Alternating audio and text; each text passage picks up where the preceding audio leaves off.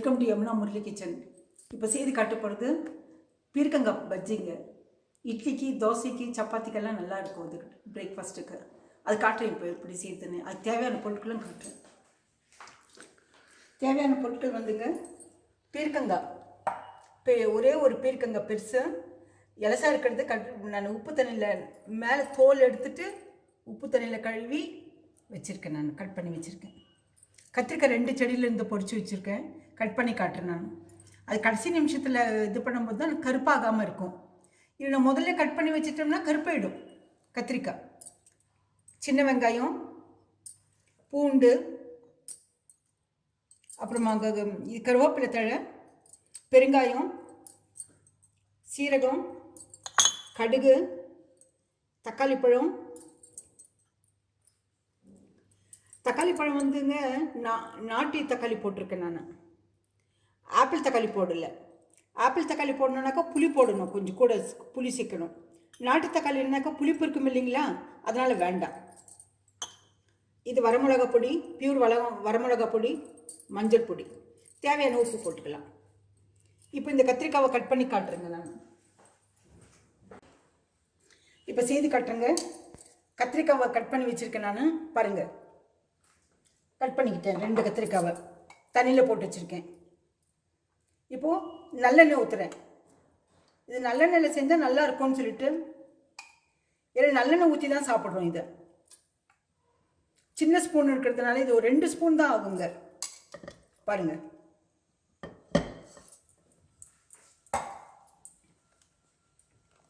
கடுகு போடலாம். எண்ணெய் காஞ்ச பிறகு கடுகு ஒரு அரை ஸ்பூன் போட்டுக்கலாம்.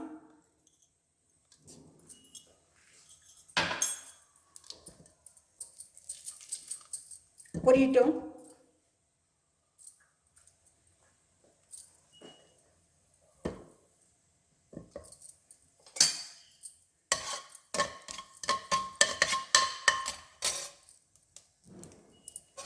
பாருங்க, பொரிய ஆரம்பிச்சிடுச்சு.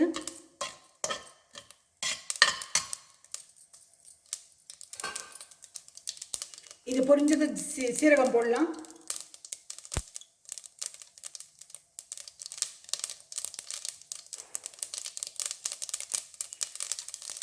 பாருங்க, சீரகம் எடுத்து வச்சுக்கிறேன். இப்போ கருவேப்பிலை போடலாம்.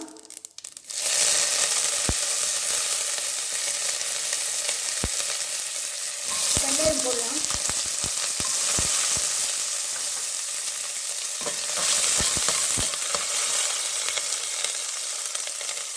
பூண்டு கையோடு போட்டுடலாம்.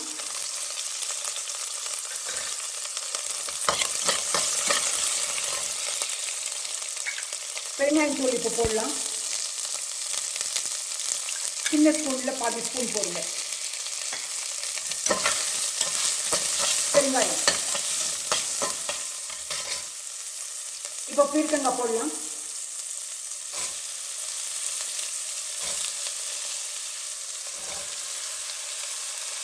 பீர்க்கங்காய் போட்டுடுறேன். கத்திரிக்காய் கழுவி வச்சு தண்ணியில் போட்டு வச்சுக்கிறது கத்திரிக்காய் போட்டுடலாம்.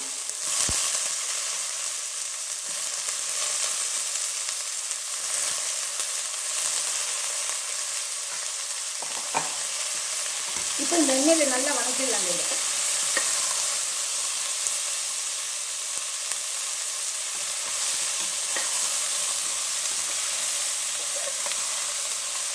பார்த்தீங்களா, எண்ணெயில் நல்லா வதக்கிடலாம்.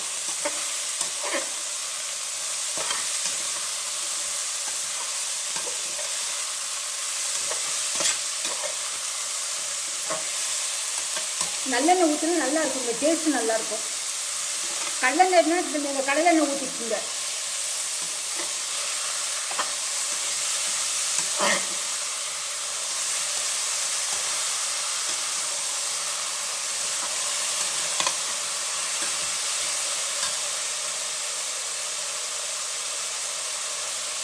தக்காளி பழம் 5 பழம் போட்டிருக்கேன் நான். பாருங்கள், 1 2 3 4 5 அதையும் இந்த எண்ணெயில் வதக்கிடலாங்க. நான்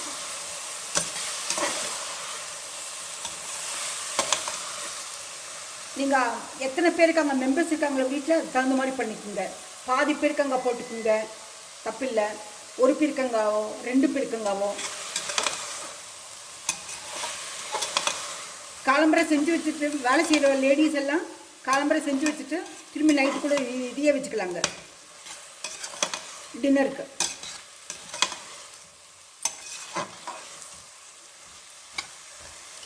இது பெருசு பெருசாக கட் பண்ணி வச்சுருக்கேன் நான் உங்களுக்கு காட்டுறதுக்காக. இல்லைன்னா இதில் ஒரு பாதியை வந்து திரும்பி 2ஆக போடுவேனுங்க, 2ஆ 4ஆ இல்லைன்னா போடுவேன் நான்.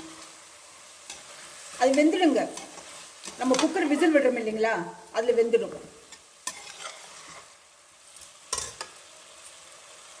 இப்போ மஞ்சள் தூள் போடலாம்.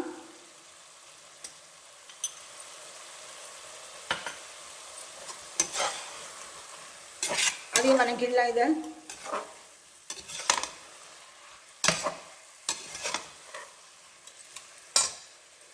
வரமிளகா பொடி போடலாம். காரம் ஒரு அளவு போட்டால் போருங்க.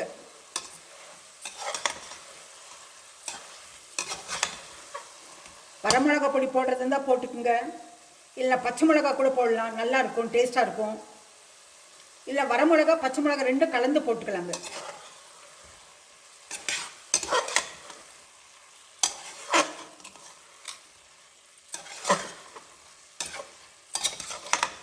இந்த மாதிரி எண்ணெயில் வதக்கிட்டு கொஞ்சம் தண்ணி ஊற்றலாங்க.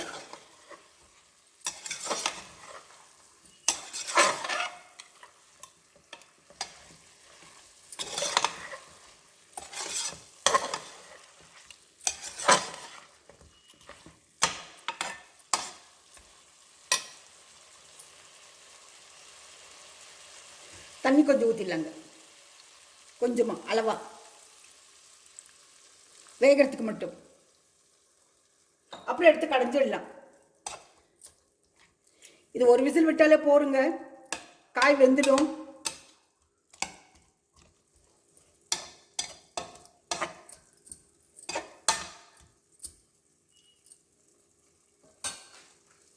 இப்போ மூடி போட்டு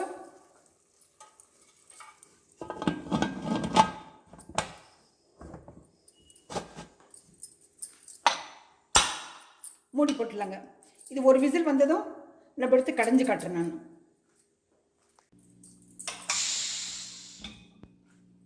இப்போ ஓப்பன் பண்ணி காட்டுறேங்க. இது நல்லா வெந்திருக்கு. இப்போ கடைஞ்சிக்கலாம். தண்ணி எடுத்துடுறேங்க. பாருங்க, தண்ணி எடுத்துடுறேன் நான். தண்ணி அப்போ தான் கடையிறதுக்கு வசதியாக இருக்கும்.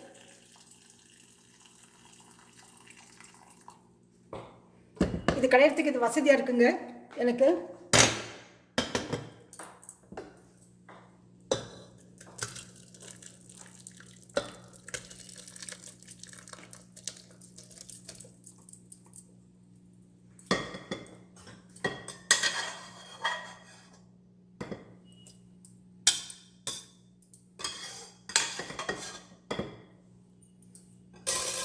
இப்போ கடையிறேங்க. தேவையான உப்பு போட்டு கடையிறேன். தேவையான உப்பு போட்டுக்கலாங்க. கல் உப்பு போட்டு கடைஞ்சாக்க சீக்கிரமாகும். பாருங்க,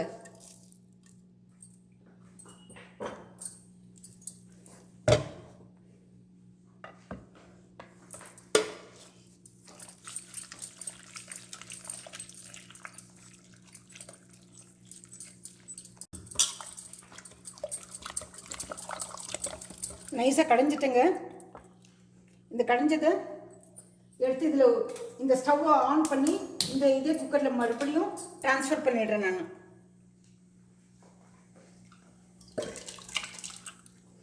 இந்த தண்ணியை பாருங்க, முதல்ல எடுத்து வச்சிருந்தது இல்லைங்களா தண்ணி, அதையும் இதில் ஊற்றிடலாம்.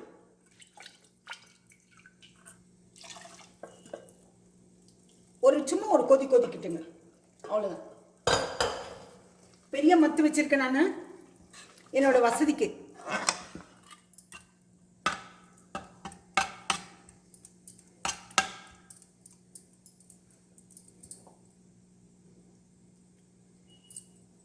இதில் உப்பு போட்டிருக்கோம், எல்லாம் போட்டிருக்கோம். சும்மா கொதிச்சா போடுங்க.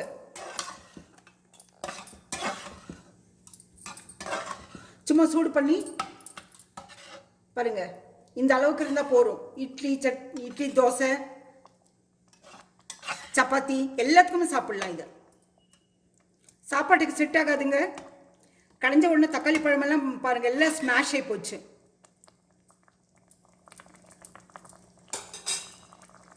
இது இப்போ டிரான்ஸ்ஃபர் பண்ணி உங்களுக்கு காட்டுறேன் நான். இப்போ கொதிக்குது.